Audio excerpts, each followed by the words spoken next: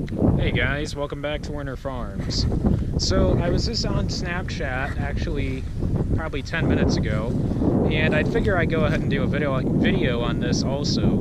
A kid asked me, why do you cover crops, and I don't really understand the benefits of it. So currently right now we're actually planting into the cover crop mix that we did down here on the Shin farm, and it's probably one of the best cover crop mixes that we've done on our Werner Farms before.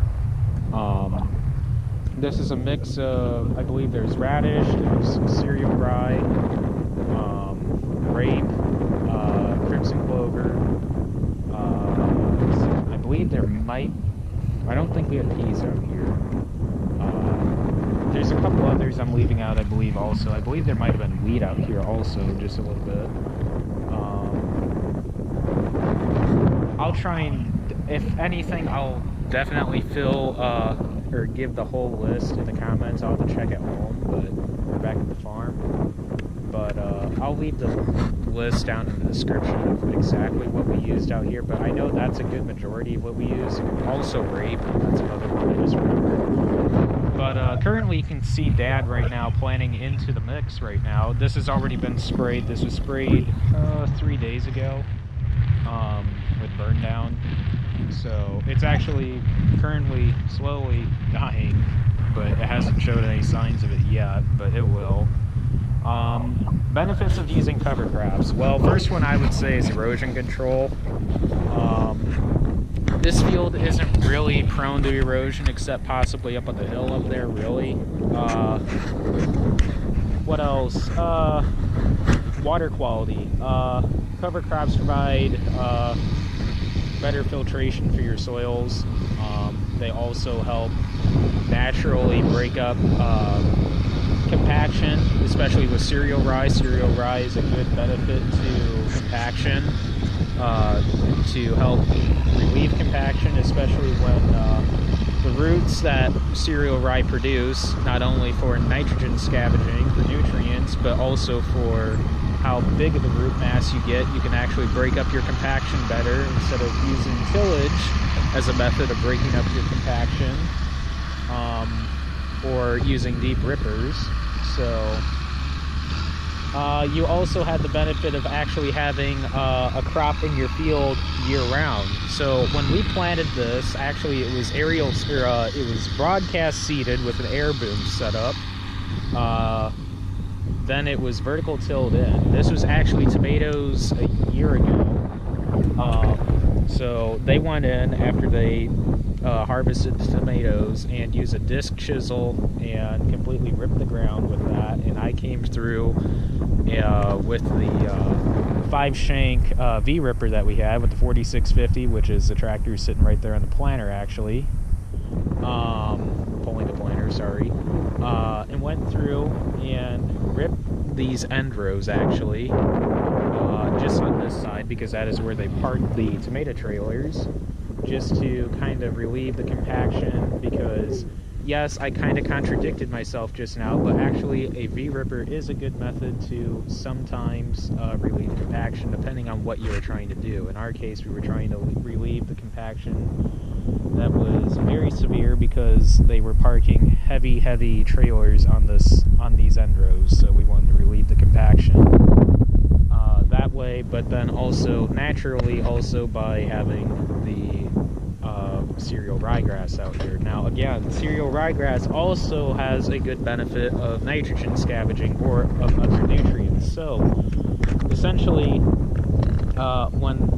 what cereal rye does is it produces such long and such a big root mass essentially that when the roots go down far enough into the soil, it brings the nutrients up and uptakes them. And when when we actually go through and spray and they lay on top of the ground, then essentially it goes back into the organic matter of the soil on the top, above the topsoil, and essentially you have free nitrogen or free nutrients available now. We've always have seen a yield benefit of having cereal rye out here. It is probably one of the best cover crops to have out on any field. Regardless if you are from Iowa, Georgia, Colorado, anywhere that you can plant cereal rye, I feel that would be a benefit to anybody on any type of ground. It's always been the greatest cover crop, I feel, to always have. We don't actually let this get very tall. We feel that the taller it gets, the harder it is to kill. Especially if you guys know annual ryegrass. Annual ryegrass is the hardest to kill of all cover crops. It's just the way it's genetically designed, I guess you could say. It's not just its genetic makeup makes it hard to kill, I guess you could say. Cereal rye, though, is a good cover crop to kill, though. It's pretty easy to kill. I believe we just used Roundup and 2,4-D out here just to spray the cover crop, so if you guys know any of that, that's pretty much a generic burn down mix. So other benefits to cover crops, well, not necessarily of just having cover crops alone, but just no-tilling in general also. I mean, just having the residue set on the top of the soil allows for you know, the same concept of when you spray cover crops to let them go back into the topsoil or organic matter. So like residue, you know, as it decomposes, it produces more nutrients and goes back into the soil, because it technically, you know, after you harvest, all that residue is essentially still nutrients, still locked up inside in that residue. So by allowing that to naturally decompose and go into the soil and sit on top of the soil and plant into it, you essentially have a slow release of nutrients throughout the whole year. Now, it's not a lot, but it's still a nice thing to have available throughout the year then. So this is actually,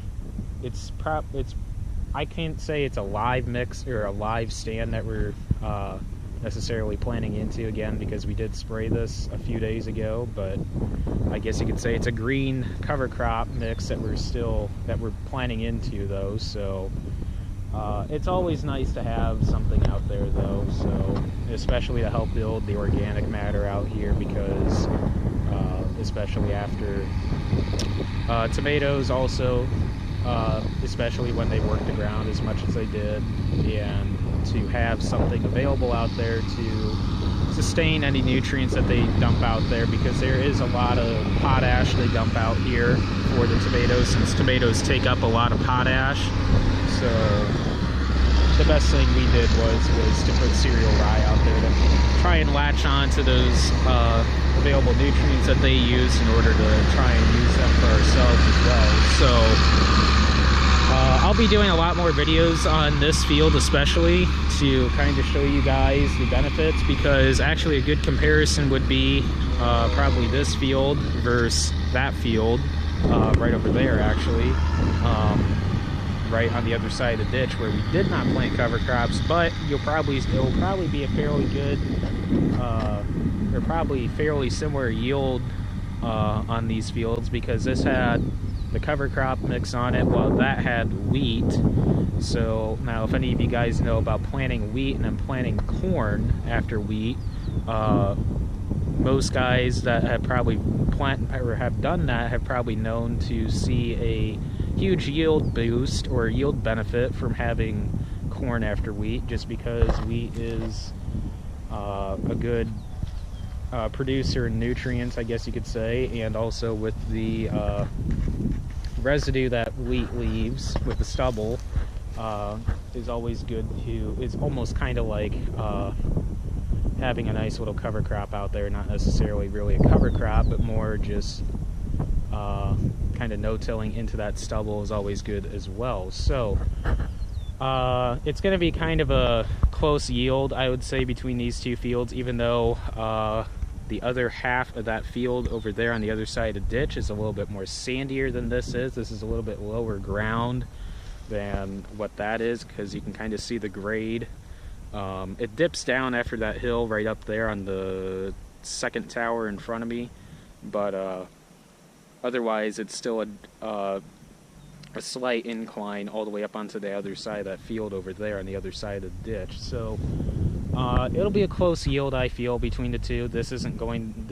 Both these fields aren't going to be the same number. This is 1197. I believe that's either going to be 0506 or 306. I'm not sure.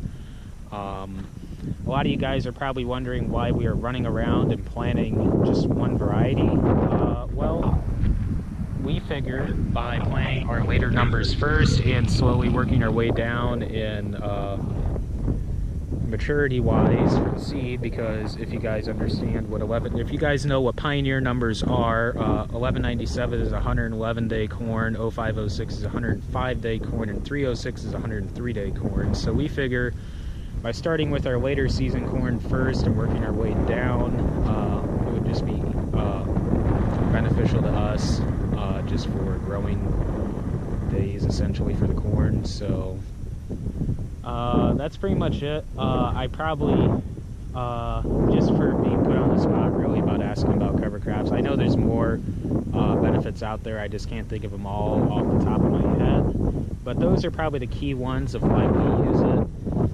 I'll put some more down in the description if I can think of any more. I'll try to choose to put some down there so you can see. But otherwise, good question. I'm glad to answer that, and if there's any other questions really in general, don't be afraid to ask me really about the farm or anything in general. But I'm gonna go ahead and go back over to my truck and go ahead and start setting up a couple of GoPro mounts for the planters. So don't forget to like, comment, and subscribe down below. And don't forget to follow me and add me on both Instagram and Snapchat. I'll throw the links up there, or the account names up there. And thanks for watching, and I'll catch you guys in the next video.